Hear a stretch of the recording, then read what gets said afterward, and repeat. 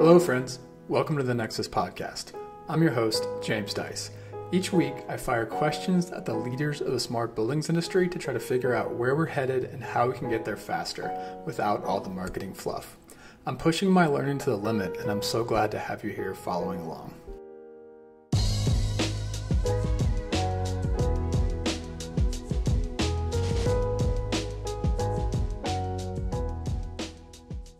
This episode is a conversation with Michael Grant, COO of software platform Metrikus and IAQ rating system AirRated.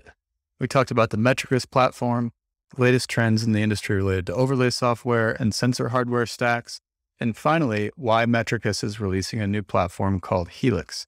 And hint, it's all about flexibility. Then we talked about AirRated and how it's different from other certifications and rating systems out there. Without further ado, please enjoy the Nexus Podcast with Michael Grant. Hello, Michael. Welcome to the show. Can you introduce yourself? Thanks, James. Yeah, thanks for having me on. So I'm Michael Grant. I'm the COO and co-founder of Metrikus and AirRated. So run operations for both businesses, internal and external operational strategy as well. Cool. Can we start before you got into the industry? What were you doing before you got into buildings? Before I got into buildings, I was the COO for a group of companies in the UK. That one was a networking company, another one was wireless and unified comms company, and the other one actually within the group was a retail engineering delivery company. So prior to that, I'd been in operations, been COO for multiple companies. If you go way back, I was an electrician by trade. Then I did electrical engineering, which I didn't stay in, and then IT, building data centers, and then got into prop tech / the real estate space about 2016. I think I first got into it when Cisco asked me to come in and help the company that was asset mapping before I did a management buyout and created Metrikus. Always been around technology, but not in this kind of space, if you like. Yeah, you've been doing COO stuff for a long time, sounds like. For quite a while, yeah. Okay. So what is Metrikus? We're going to start there. What is that? What is Metrikus? Metrikus is a smart buildings software platform. We are, and my head of technology, Sam, and I had a discussion yesterday. He doesn't like to use the word middleware, but actually he's come to the conclusion that we are a middleware platform. So just because of the new project we're having with another customer of ours, anyone would say this is their company, that we are the smart buildings platform for buildings and the middleware. So customers take us either via our UX and our UI or take data straight out via our API. It's quite a flexible platform. Got it. Yeah, and obviously we're going to dig into that a little bit more in a bit. What's AirRated? AirRated is the global benchmark for indoor air quality. So what does that mean? We provide you with an air score for your building. So WiredScore do it for technology, certified silver, gold, or platinum. Cycle Score in the UK does it the same sort of thing.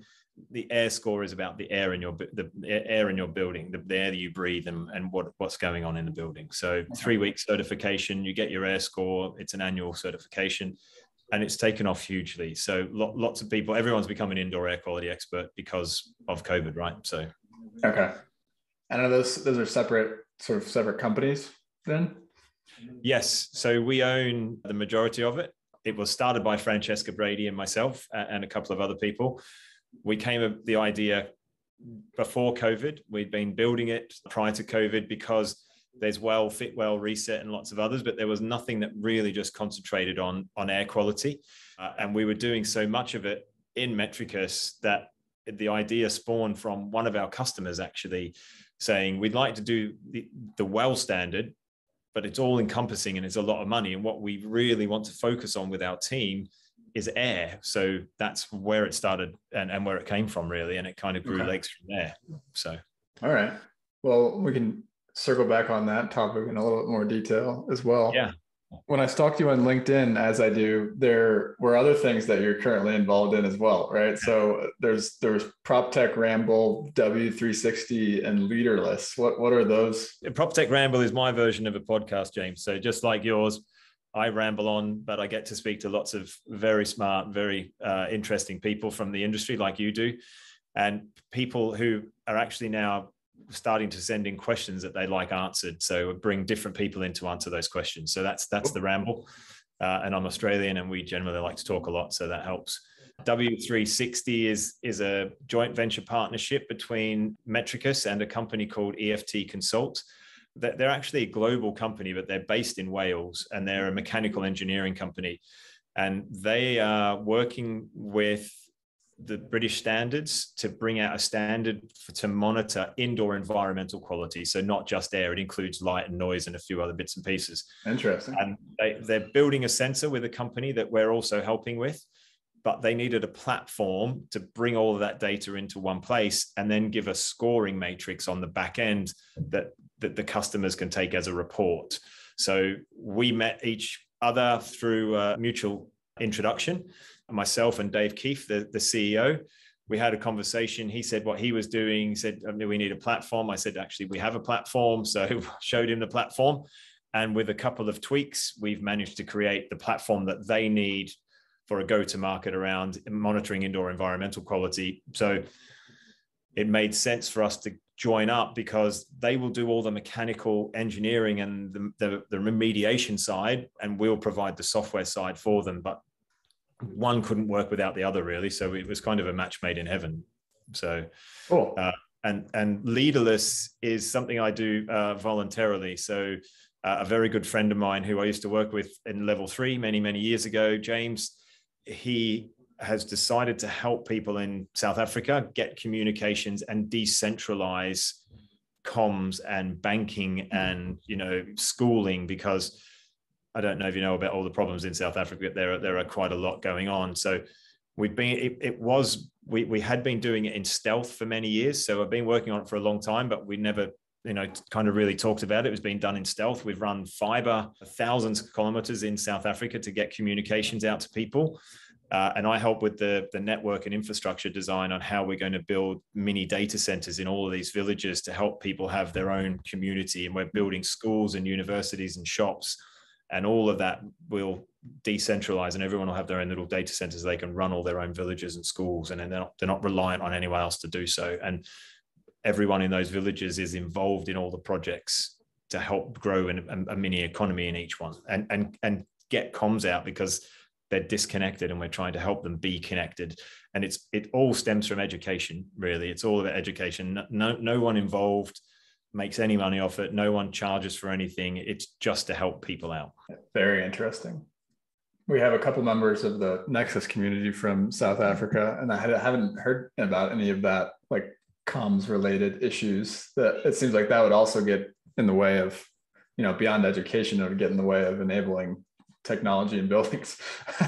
Yes. Yeah. It would. And it does. I mean, to the point where building a data center, the data centers are containers. So a shipping company is donating a ton of containers for us to build data centers, which will be the shipping containers, which we need to put air conditioning in. And then some of those containers might be turned into shops and lots of other cool things. But it's because everything is controlled by the government there, and you can't really communicate unless it goes through the government. They are the controlling faction in the country.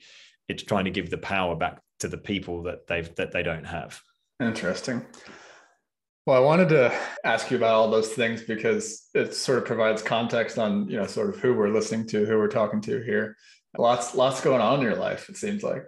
There is a lot going on. Yeah. At some point I'll take a holiday. There you go. All right. So let's zoom in on Metrikus. What can you go deeper into besides middleware layer, what you guys do, who your clients are, how you go to market, that type of thing? Yeah. So we've got quite a wide and varied customer base. Because we're hardware agnostic, our platform can adapt to anything. So we have finance and banks, insurance companies.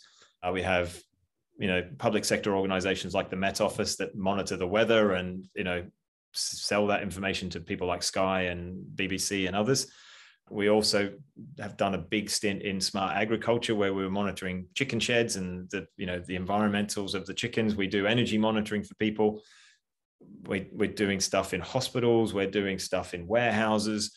Really, there's, a building is a building to us. It depends on the customer requirement. Because we're hardware agnostic, there's generally a solution to a customer's problem that the platform and technology can solve together. But the big space for us is obviously commercial buildings. And commercial buildings, it doesn't matter if you're an owner or occupier and you've got a lot of space. Post-COVID, you're trying to work out how much space you actually need. You really need, beforehand, buildings were kind of 70 to 80% full. Since COVID, it is really ramping back up. I've noticed in the last week, if I don't get the really early trains now, I'm not getting a seat. So London is back to being very, very busy. Is it back to 100% of where it was post-COVID? Not quite, but our occupancy index is showing that it is ramping right back up. But for us, commercial real estate, people wanting to understand how much space they actually need is a big play, because there's huge cost savings to be made there.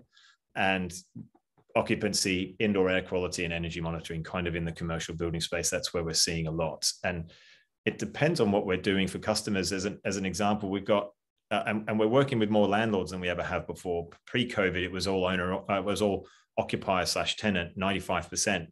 But now a lot of landlords have really, had a bit of a kick, I think, and realized they need to do something about proving that they've got a smart building, or looking at the indoor air quality and doing their common areas. So people, when you want to get a lease, you want to charge premium rent. So we've got great indoor air quality, we've got a smart building, and this is how we monitor it. So we're doing a lot there globally, not just in the UK. But a landlord in Canada, they started and they said, number one, we want to use your API. No problem. So they want to pull it into their reporting module for their management, which is Power BI. So they take it out via our API, and it's all about energy monitoring to start with. That's it. The guy there, lovely guy called Ken, he's like, Michael, just do energy for me. And then I'm ticking a massive box in my organization for my reporting, because we don't currently have it out of all of our buildings. Then you've got the Met Office, who started with indoor air quality, and then they went to capacity monitoring. And then they came to us and said, we've got radar stations where we've got a radar dome, and we've got a building kind of the size of a shipping container, most times 40-foot shipping container size, roughly. And they said, in there's a lot of expensive server equipment. And then we've got the radar station. And at the moment, we don't know what's going on in either of those. So we send someone there once a week in a car to take readings. They write it down. They go back to they do a few radar stations in a day. They go down, they write it down, they put it somewhere, and they put it on an Excel spreadsheet, whatever it might be. Can you help with that? And so once we understood what they needed out of those sites, instead of them spending roughly $16,000 a year to maintain those sites, we provided a software and hardware solution that was $12,000 over 3 years. And now for them, the overhead costs, the operating costs have come down. They only send someone to site when they need to. So because they're getting the energy readings, they're getting the temperature, they're getting the humidity, they know when someone enters site and when they leave. And that's great. That's a quick, easy win. But then also from an ESG carbon emission reduction, they're not sending someone out in a diesel powered car and driving hundreds of miles every week to go and check these sites. So it really is varied, and the commercial building space is generally occupancy, capacity, indoor air quality, and energy. But again, a building is a building, but the biggest play at the moment is commercial real estate. Cool. Very interesting. So it sounds like you guys play into many of the different categories that I use to sort of analyze the marketplace.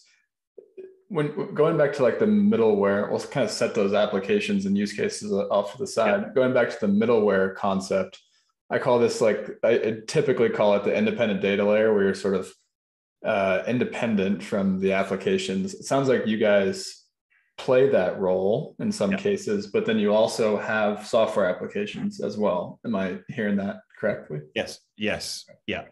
So at the moment, we have V3, we have Metrikus Helix coming out next year. We're doing some beta trials with some customers, but yes is the answer. So we are the UX and the UI with the digital twin and the alerting and the data views and the analytics, or we are the API, so you can pull it into other systems. And that is growing more and more. It's the reason that we have created Metrikus Helix as well, is because we realize as a middleware platform, we need to become even more flexible than we are at the moment, because the industry is changing. people's requirements are changing. This space is evolving, although it's still very immature. From, I come from a network routing and switching and then unified comms world, which has been around for 20, 30 years. This space is, the prop tech space is still quite immature, but it's growing up quite quickly and it's evolving. So you need to evolve your platform in the same way.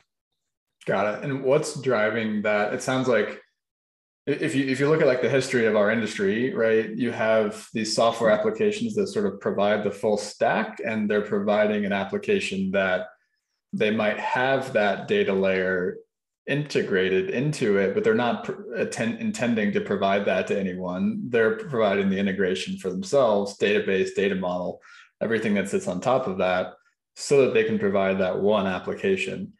Yeah. What's driving this shift towards, flexibility, as you just called it?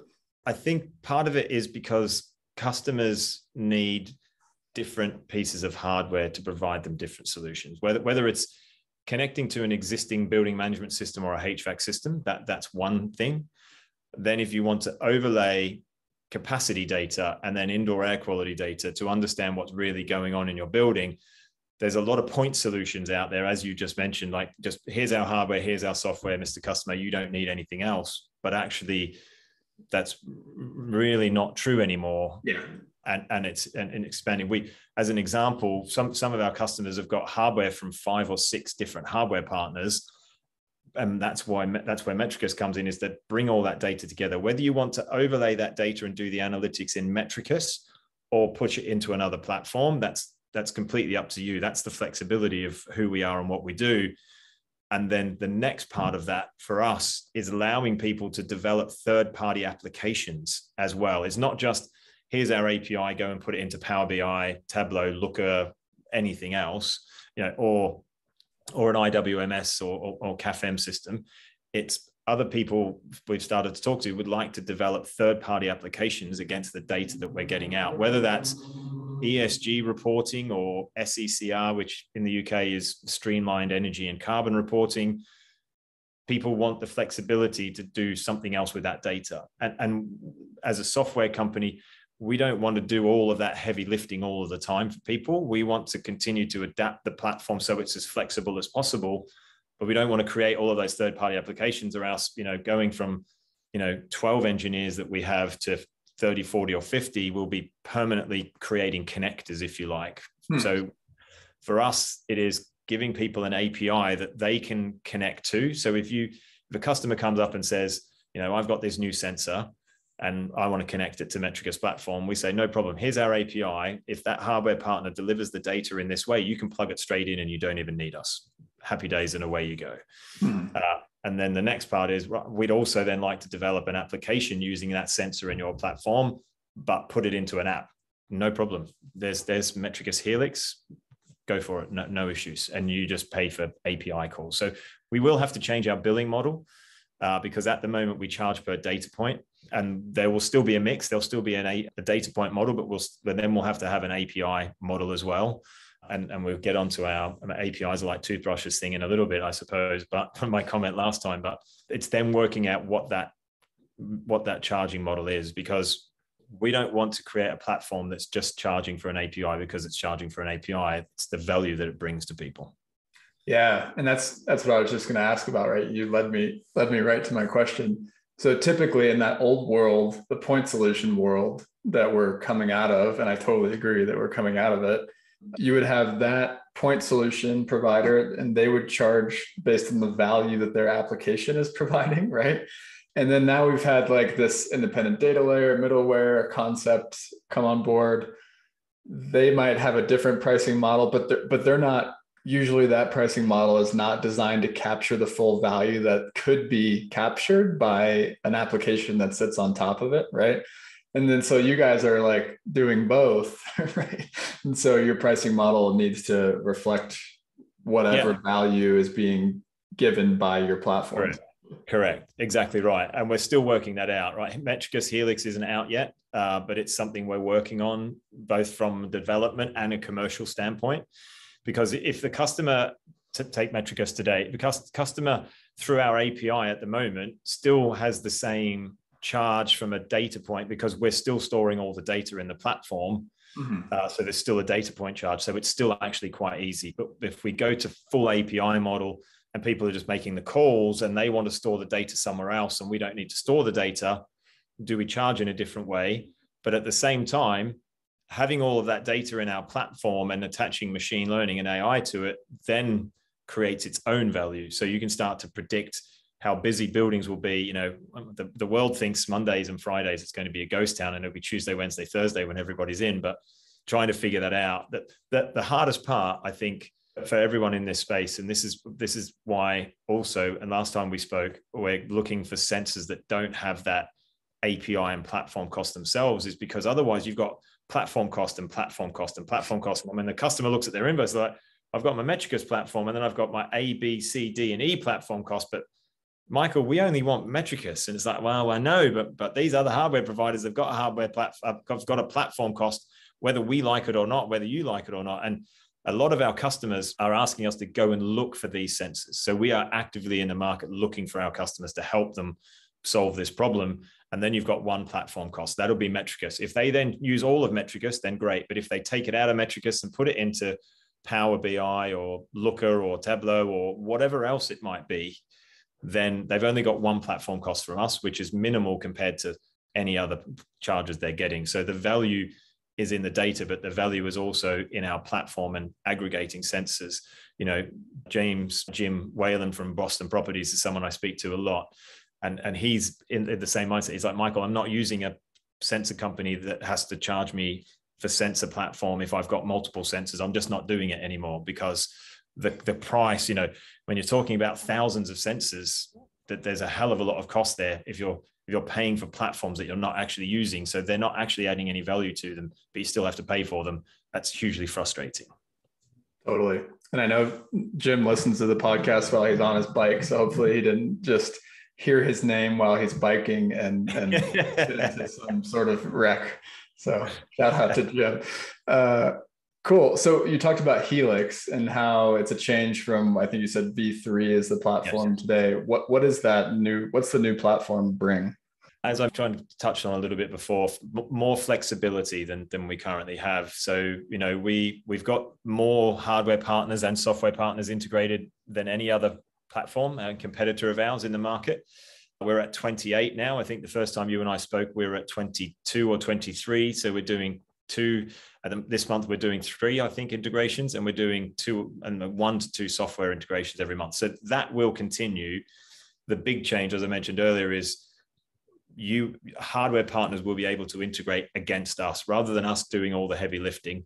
People will be able to integrate into us. And if a customer says, I've already got Metrikus as my middleware platform, whether they're using the UX, UI and everything, or whether they're taking it out via the API, if someone tries to sell a sensor to a customer and this customer says, great, I've got Metrikus, you plug into Metrikus and you show me that it works, happy days, we'll use your sensor. That's one of the big changes. No one in the market's doing that.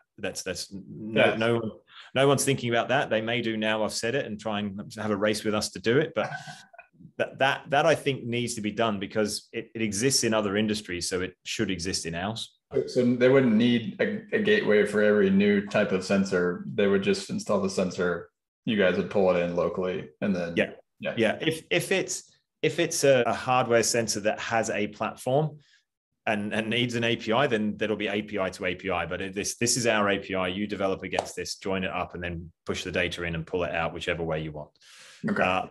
The other part is the ability to develop third-party applications. We think that's quite big because we're not the experts in every field, you know, like in industrial warehousing, industrial factory, you know, the industrial factory is one in the same thing, but, you know, industrial automation, we're not the experts in there. But if there's a sensor that needs to be connected and you want to overlay lots of different data sets, we can help. But there might be a third-party application that you want to develop that needs to be on an app rather than in the web browser. And it's, you know, it's monitoring critical equipment. You can build that and just take the data from us with whatever connected sensor you need, whether it's an existing building system or it's an additional sensor. So there are a couple of the big ones. The other one is that we're working with lots of tenant experience app partners as well. So, Equiem was the first one we developed with, and we've got a great relationship with them, and Gab and her team. Office app, HQO, we're talking to Microsoft as well. The ability to have data go natively into a mobile app is also very important. So that's, at the moment, we have it. We just have to change the web browser version of the platform to do that. But having it native into an app is one of the other big ones as well, so that it can literally plug into anything, and away you go. So as the tenant experience app, the value add to their customers, if they're already in, not having to have Metrikus, but having that certain parts of our platform or our data sets with the sensors in their apps natively is one of the things we know we need to do as well. Okay, so you mean someone else's tenant experience app, you just being able to connect in to their cloud, so that then they can push the data to the users in the apps? Correct. Yeah, exactly right. Yeah. Got it. Hey guys, just another quick note from our sponsor, Nexus Labs, and then we'll get back to the show. This episode is brought to you by Nexus Foundations, our introductory course on the smart buildings industry. If you're new to the industry, this course is for you. If you're an industry vet but want to understand how technology is changing things, this course is also for you. The alumni are raving about the content, which they say pulls it all together, and they also loved getting to meet the other students on the weekly Zoom calls and in the private chat room. You can find out more about the course at courses.nexuslabs.online. All right, back to the interview. Okay, so a big piece of this is obviously with being the independent data layer, a big piece of that is the data model, right? So the ability to, marry all these disparate types of data together and to a common model. How do you guys approach that conversation and that product decision? Do you mean the data output? So standardizing the data output? So it's something we're talking about at the moment. Actually, there's Brick, there's Haystack. One of the things we are doing, because we are moving across to Azure, we're using DTDL, which is a big part of what we're doing, which is JSON on the back end essentially. But we are standardizing on that. But the output of how you want to take that data and transform it through the API is up to you as the end customer or the partner that might be supplying to an end customer. But yeah, naming convention standardization is something we're doing through DTDL, which is Microsoft, obviously, but Haystack and Brick. And there is another one that we were talking about. I was talking about with Sam, my head of tech, about this the other day. It'll come to me. Is it OWL? I think.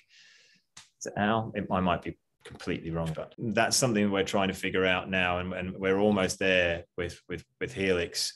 But that's hugely important, because when you connect to an existing building, and whether it's energy data or building management system data, with all due respect to the FM world and the building management engineers, there's not a lot of standardization from naming conventions in these things. So generally, when we're doing it at the moment, it's either Brick or Haystack that we push it out as. But again, DTDL will be the overriding, and then we'll push it out that way. But there's not a lot of standardized. I come from a networking world where every router and switch, there are global naming conventions for everything. When I went into the BMS world and started looking at, like, one floor is different to the next floor, to the next floor, to the next floor. There's literally no standardization. And is this something that, as you're thinking about, we talked about the transition in the industry from point solutions to flexibility. Do you have building owner customers asking you about data modeling at this point, or is it not a concern or thought? We do. It's not a huge concern at the moment, because we're normalizing the data for them when we give it to them. But it's not a big concern so long as we can normalize the data and give it to them out via an API, if that's the way they choose to take it. If they're putting it into the platform and then we're visualizing it for them and we're giving them the live data and the historic data, that we normalize that data. How we normalize that data, if it's temperature, it's vibration, it's fan speed, it's anything else, we call it what it is. We take the bastardized naming convention on the back end, we normalize it, and then we pull it out as something that people can understand, if you like. Interesting. All right. Well, let's talk about APIs then. So your quote that we put on LinkedIn. So you and I had like an introductory conversation. We started talking about data. Yeah. Mostly talking about occupancy data, because I was writing an essay a couple of weeks ago about that. And you had a quote that I loved, which was, APIs are like toothbrushes everybody's got one, but no one wants to use anybody else's, Yeah. which is hilarious. Obviously, some context is required. And I probably should have put the context on LinkedIn before I posted it, but you'll learn this about me. I like to just post really open-ended things and just see what comes out of the universe. I was very happy. You know, there were lots of comments, you know, there were some quite funny ones. I didn't realize people took it as a negative comment, which is not, it wasn't meant as a negative comment, of course, but the context was, just to give people context who may listen to this, is we were talking about connectivity, and it comes back to whether it's data normalization or a data model or connecting to another platform. APIs, there are some brilliant ones out there, you know. Disruptive Technologies, a partner of ours that make this tiny sensor here over my shoulder, their API is fantastic. We have a partner in the UK that have got some really good sensors, but it took us 3 months to develop against their API, because actually it wasn't meant to be pushed out via an API. They built a closed solution essentially, but they realized they needed to partner with people to generate more sales, and they had a point solution that they needed to open up. So that took 3 months to develop against. And actually we almost ended up helping them write their API. So, and there are like some of the comments that were on the post, that people charging a ton of money for an API that is just pushing data to doesn't make any sense, right? But they want you to use theirs, but you don't want to use theirs because they're charging you for it, but it's not giving you any value. So the context was around different APIs, the good, the bad, the ugly, the ones that are free, the ones that are charged for. That's kind of why my API, you know, analogy about toothbrushes is there. But it's, you know, there are some great APIs, like some of the comments there are some, you know, another guy, which very funny, I can't remember his name now. His answer was another problem interface. So, so he's felt the pain as well, obviously, at some point. So, but I say all of this, and I hope the API that we put out is great. And I expect some people to say it's crap and, you know, come back at me, but I'm very happy for people to do that. But we're making ours very open so people can develop against it, you know, and you know, there is one other piece that I can't talk about with Helix that will come out when the product comes out, that I think people will understand why we've built the platform the way we've built it, because there is something very cool coming out as part of this as well that will make everyone happy. I hope, you know, it may not make some of our competitors happy, but it'll make customers and end users very, very happy. So cool. What struck me when I put that quote on LinkedIn was it feels like the word API, it's almost like it doesn't mean anything at this point, because when I say API and I get, you know, 20 comments that are the exact opposite of 20 other comments, this happens quite a bit. It seems like there were different definitions being used for API. Are we in this like wild, wild west sort of phase of the industry where people are creating APIs to maybe check a box, but then we have other people that are designing them, right, to enable something else, right? So where are we at, like, if we think about phases of the industry when it comes to APIs? My personal view is a lot of hardware vendors are creating APIs to create recurring revenue models for their business. Okay. So I won't name them, but there are lots out there, because we've got lots of hardware partners. We've 28 that we've now integrated with, and we're doing 2 more this month that don't charge you for anything, but they've got an API, or they give you the data directly via MQTT or BACnet or Modbus or another medium, you know, that's, you know, that doesn't really need to be an API in the middle a lot of the times. So for some of the things, I agree, there really does need to be, but for a lot of times, there doesn't actually need to be an API. So some people are building APIs to try and add recurring revenue and value to their business because they're essentially a hardware company. Others are just doing it so they can charge for it, which was one of the comments that was on the LinkedIn post that you put up. So I think that will change, but you're right. It is a bit of the Wild West at the moment. Is build an API, see whether I can charge for it, see whether people adopt it, and see how many people start to use it. And then I might start to charge for it if people start to use it. So, you know, bearing in mind, I am saying this while at the same time, we are building an API that we will charge for as well at some point. So, you know, But in a very in a not very different, but in a bit of a different context, is when we're not a hardware partner, but we are looking for all of those hardware partners out there globally that can deliver us the data through as I mentioned, MQTT, BACnet, Modbus, OPC, whatever it is, and we can then push that out to the customers. So it is a bit Wild West. Again, people like Jim, at the forefront of what he's doing as a CTO for Boston Properties, saying, I'm not doing this. And we've got another huge landlord as a customer, and they're already saying the same thing. Michael, straight away, we're doing our first project with them. We don't want to pay for any platform apart from yours. Done and dusted. So just bring us sensors that do that. So it will change over time. Lots of people building APIs, good, bad, and ugly, to figure out where their API fits. Can they charge for it? Will people use it? Does that make them stickier to me? Does that mean they can't pull away? Lots of different reasons. Yeah, super interesting. It's something that I think it is a phase of where we're at right now. I mean, if we use the example of, let's just pick one of the big occupancy counting platforms, you're providing a sensor, and then you do have analytics that help that sensor get more accurate over time, right? So there is some justification for, I'm going to update those algorithms over time, and therefore you will pay me an ongoing fee to continue to provide more value. But if I'm looking at that from a historical industry perspective, from an industry that's used to just buying a sensor and paying a contractor to stick it on the wall and that be it, I think that's requiring a pretty big leap, and the ongoing value is not necessarily there, especially if no one is logging into the platform to use your software that you're providing with your sensor. It's just a really interesting spot that we're in right now. It is, and the occupancy capacity sensor is probably one of the biggest ones, right? Because we are now, and we've installed them all. We're partnered with everyone. We're kind of Switzerland on this, but we've got lots of our partners installed.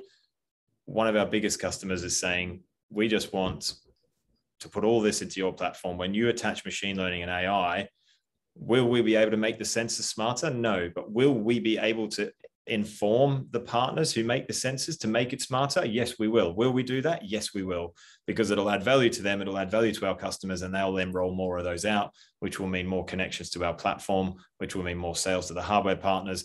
But most importantly, it still means more value to the customer, because we're storing the data as well. There's lots of, everyone's got a data lake and everyone's storing data, but actually doing something smart with it. And if we're able to take all of that data from multiple different vendors and crunch it all together, and then say to all of them, by the way, this would help you sell more, or maybe not sell more. This would help add more value to your product. And the reason why is because we've got 50,000 of these, and 10,000 of yours, and 10,000 of someone else's, and 10,000 of someone else's. That's where I think the value is for the customer. But if you're just doing that with one sensor from one hardware partner, you can make your sensor smarter, you can make your platform smarter, but that's not the be all and end all, because the other part of making a platform smarter, which is what we continuously do, is take feedback from customers, because no one in our industry, James, has the silver bullet to solve every problem for a customer, no matter what it is, whether it's air quality, energy, occupancy, capacity, building management, maintenance, from vibrations. No one has everything. It's the flexibility of adapting to the customer requirements and building new data views and reports that they need to help drive value back to them. It's the same with the sensors. If someone can aggregate all of that, give the data back to the customer, and then give the data back to the hardware suppliers to help them make their sensors smarter, more efficient, then I think that's the place. That's what we would like to do. That's where we're trying to get to. Interesting. Yeah, the way that I teach this in our course is each use case has like a certain amount of total value to the various stakeholders in the building. And if you're not capturing that whole value, then you can't charge for the entire cost of that stack, right? Yeah. It's really interesting. Anything else around APIs? I mean, it sounds like you're creating a video response to that LinkedIn thread. So we'll definitely publish that in the show notes of the newsletter. Yeah, Caitlin, who is our head of content, came up with a good idea. Rather than like you, I'm quite busy, but I like to try and respond to everything that people write on LinkedIn or Twitter. I'm not on a lot of social media platforms, but I like to try and respond to them all. So Caitlin just condensed everything for me, and I did a short video answering them all. So we're going to push that out soon, and you know, the good, the bad, the ugly about it. So yeah, that will come out this week or next week, I think.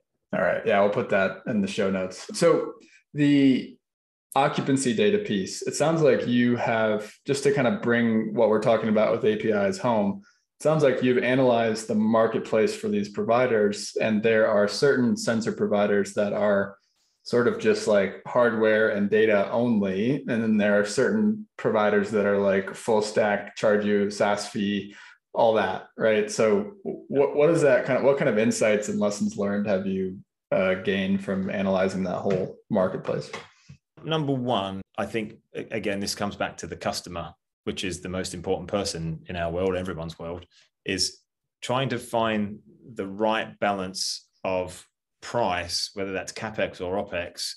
Everyone sells an ROI. Everyone talks about selling an ROI these days. But if a customer has a budget and you need to fit into that budget, you need to find the right products to fit. So the software is always the cheapest part by a long way. So trying to find the right hardware partners to fit the budget to then try and get the accuracy that the customer needs for their requirements, it is something that we've learned, and we've had some lessons learned. We've worked with some hardware partners that have said they can do one thing, they do something very well, and they said, well, we could do that as well, and we try it with them, but it hasn't worked. So we park them and say, right, you are just an occupancy sensor for desks and meeting rooms and open spaces, but a capacity counting sensor, that is something that people need, and that has to be super accurate. Because if you're during COVID, you wanted live in and outs, then you needed a really accurate sensor. If you don't need it as accurate now because we're not post-COVID, but things are being a bit more relaxed and people are going back. If you don't need 98+% accuracy and you just need 90% over, so rather than be 98% accurate minute on minute, if you need 90 to 94% accuracy over a whole day, there's a different sensor for that. And there's a different price point for that. So one of the things we've learned, fortunately, all of our customers are fantastic. They're very flexible. One of our customers is, Michael, we'll be guinea pig for everything. So just test everything with us. Bring us new kit, bring us new technology. And if it works, great. If it doesn't, no problem. We've all learned something from it. So that's a learning we've had, and they're a great customer. But one of the things we have learned is you need to test a lot of these pieces of hardware to understand what they really can and can't do, and then work out the value for your customer in that respect. You need to be independent, because we're not interested in the hardware really at all.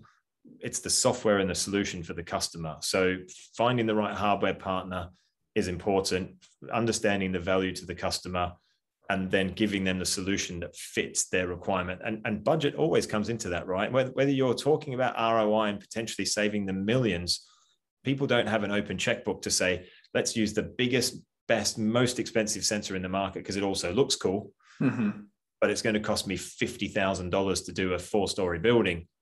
That's a bit eye-watering, where you can get something for half of that price without any ongoing costs. That's something that we've learned, and I think the market is learning that as well. Don't get me wrong, some of these guys are going to make a ton of money over the next few years, but I think the longer this space goes on, and the longer this industry, the more this industry matures, the smarter customers are getting, and the smarter people are getting about what the real value is that they get out of these devices. Because one of the things that we've also learned is these devices, there needs to be flexibility. Because I'll give you an example. We're working with a customer at the moment. Their lease comes up in April 2026. So we're putting sensors in now, and we're going to swamp the whole building with those sensors. Capacity counting sensors at every entrance and exit. And then we're doing desks and meeting rooms, and we're using some battery powered sensors. When we get enough data, the capacity counting sensors will stay in until they move out. But the occupancy data, they'll have enough probably over the next 2 years to say, right, we know exactly how this building's being used, how many people are in it. Let's keep the capacity counting sensors in and move the occupancy sensors to another building. Wow. And because they're battery powered, the beauty is take them down, stick them in another building in the Metrikus platform, drop another floor plan in, leave the current asset pin, as we call it, there with all of the data from that building, create a new one and stick it in there. You've got all your historic data still from the other building, but you just move that sensor to another building. So you don't then have to buy, and this is our advice, and hardware partners probably won't want to hear this, but you don't have to buy tens of thousands of these to put them in every building. Why not take a stock and then move that stock around from building to building? And that's something we've learned and something that we talk to our customers about as well, because battery powered sensors that are out there now are getting better and better. And you leave in what you need to leave in and you move what you can move. That's the value for the customer. So that's something we've learned. And actually it was quite funny when we first did it. We're like, customer said, well, let's move them out and put them in another building. We're like, wow, can you do that? Well, yeah, actually can, because they're battery powered, and you haven't run 100 or 200 or 1,000 power over Ethernet cables to a sensor and leave it in the ceiling. And when you rip it out, they're like, wow, that's a lot of wasted money. So yeah, that's something we've learned as well. I mean, capacity counting sensors, I don't know to date anyone in the world that can do them, because they're every second, right? We get the data pretty much instantly. So counting people in and out, because you can have hundreds of people come through entrances, so that needs to be powered.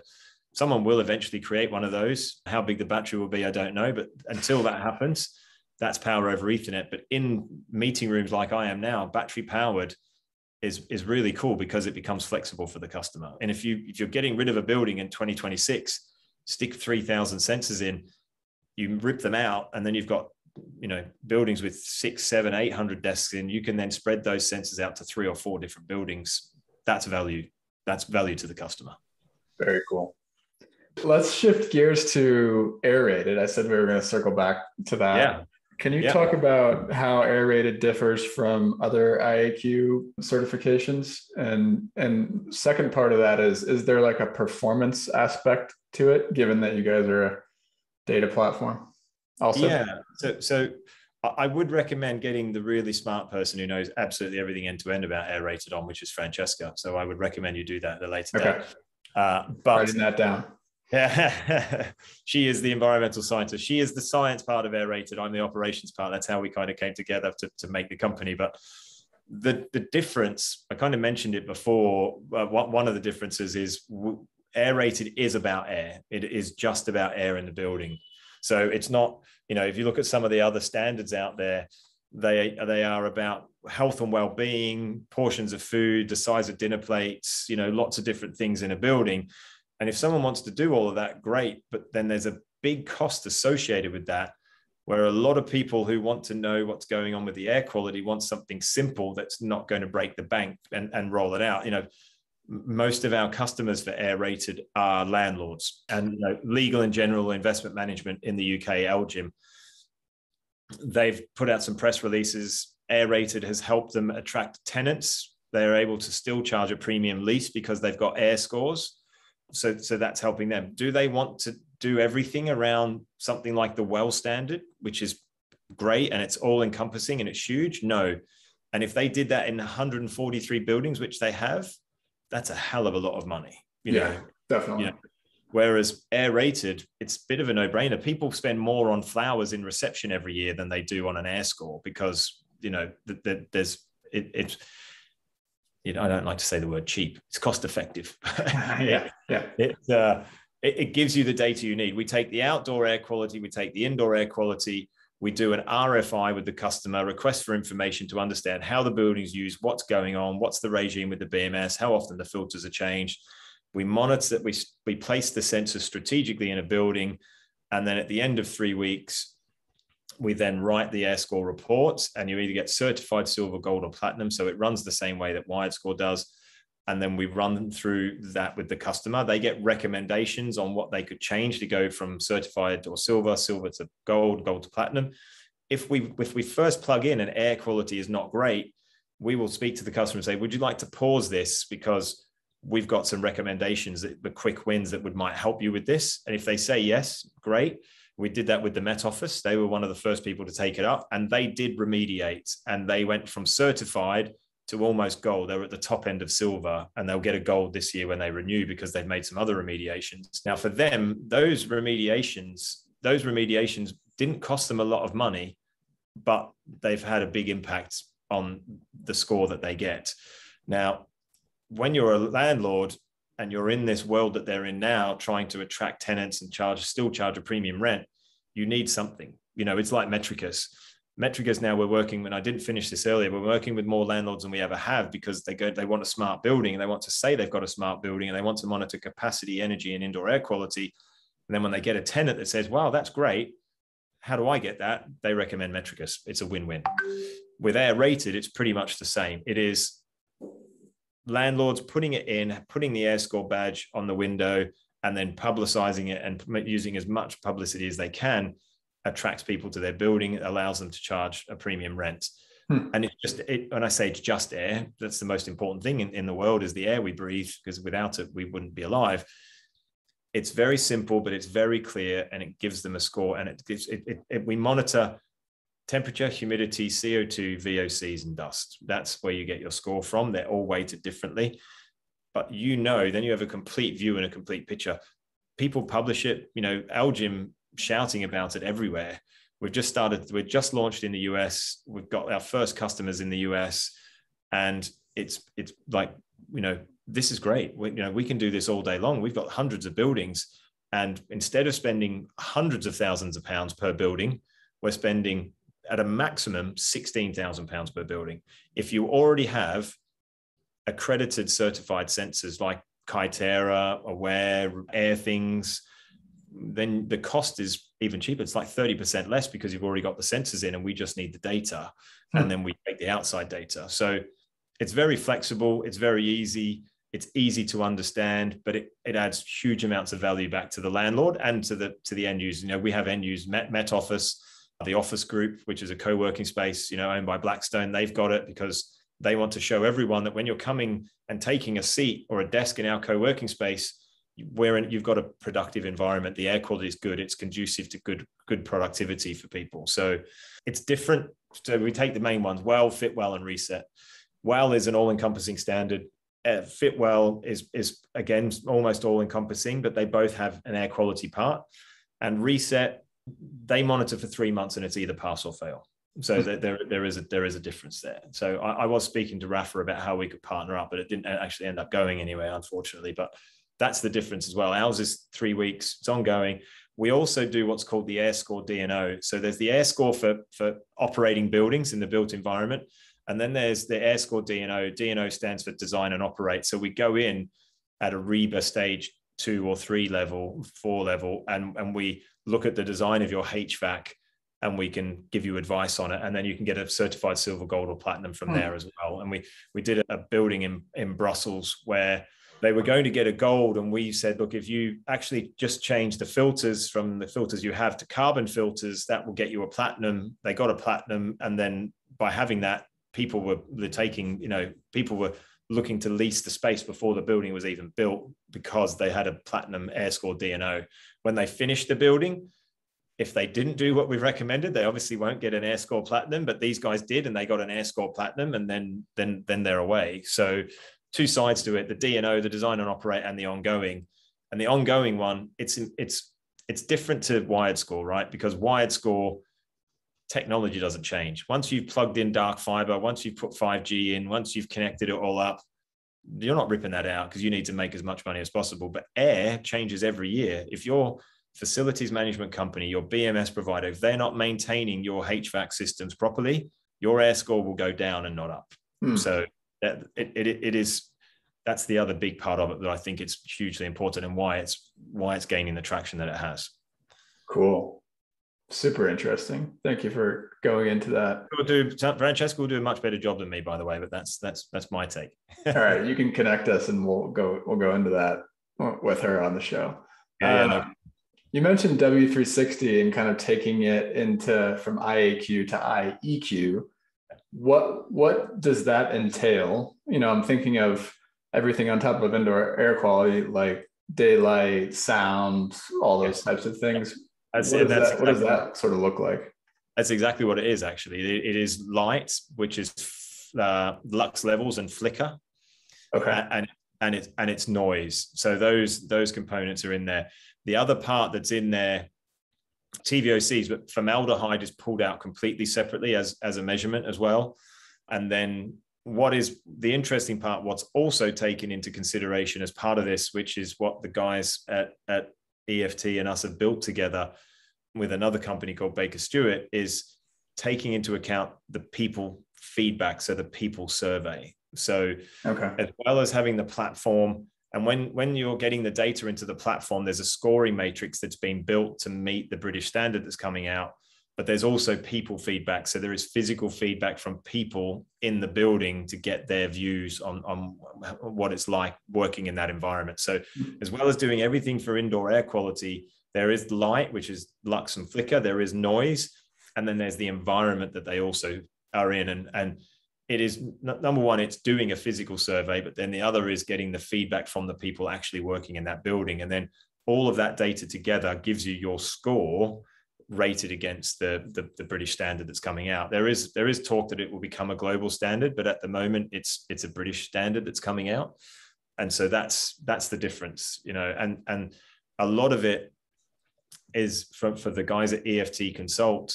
And the reason they started, they actually wrote what's called the PAS that has become the standard themselves. They wrote it with BISRIA, BRE, the Welsh government, the UK government, like lots of other bodies. But the reason that they did this was, you know, probably as well as I do, James, given your background, building management systems are put in and installed and configured, but kind of left, and they're not maintained as well as they should be. And I think that's going to change as well. But there's a lot of remediation that needs to be done when you start to put third-party sensors in and really understand the environment in a building. So part of that is the remediation that needs to be done as well, which is what the M&E side of that is for these guys to do. Absolutely. So, and from that, the byproduct of that is a tick in the box for ESG, because generally, and this is not our expertise at all with a software company, but they're being the M&E guys, a building management or a BMS review can save you a minimum of 10% on energy generally, right? So there's a big tick in the box there. Really cool. And what's that UK standard called? When it comes out, it's BS, British Standard 40102 when it comes out. Okay, cool. Yeah. Wow, this has been a fun conversation. So what are you excited about the rest of 2021, early 2022? Metrikus Helix is one of the big things that we're excited about. Obviously, it's being built. We've got beta testing going on through our API with some customers around indoor air quality. Getting more and more people signed up to that, and what we're doing with that is really exciting for us. And a lot of what's going into that is from our customers and what our customers are asking us, whether they're new customers or existing customers, or actually customers that we've spoken to 6 to 9 months ago where we didn't exactly have what they needed, and we may not have won them as customers as well, but we were asked about it enough by people we didn't win and exist. You know, when we brought it back and said to our customers, what about this? Would this added any value to you? All of the really good stuff where everyone has lessons learned, right? We've done things wrong. We've done things that not in the best way sometimes, but you know, the definition of insanity is doing the same thing every day and expecting a different outcome. We've listened, we've learned, and we're changing because of those learnings.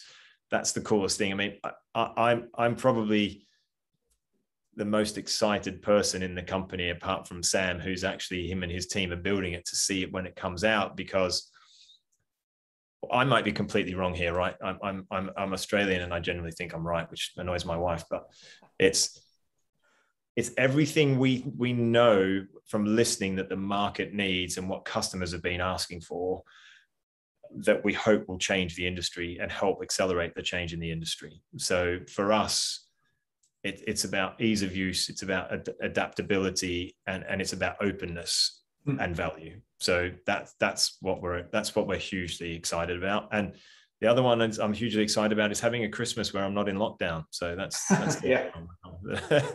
That's the other one I'm excited about. And getting to the US. I've had 3 events that I've tried to get to the US for in the last couple of months. That CRETEC, which is now, right? Today, yeah. 13th and 14th. I'm supposed to have been there to meet a ton of people. Jim Whalen was number 1, on my list to go and probably cycle with, and then go to meet and have it in the end.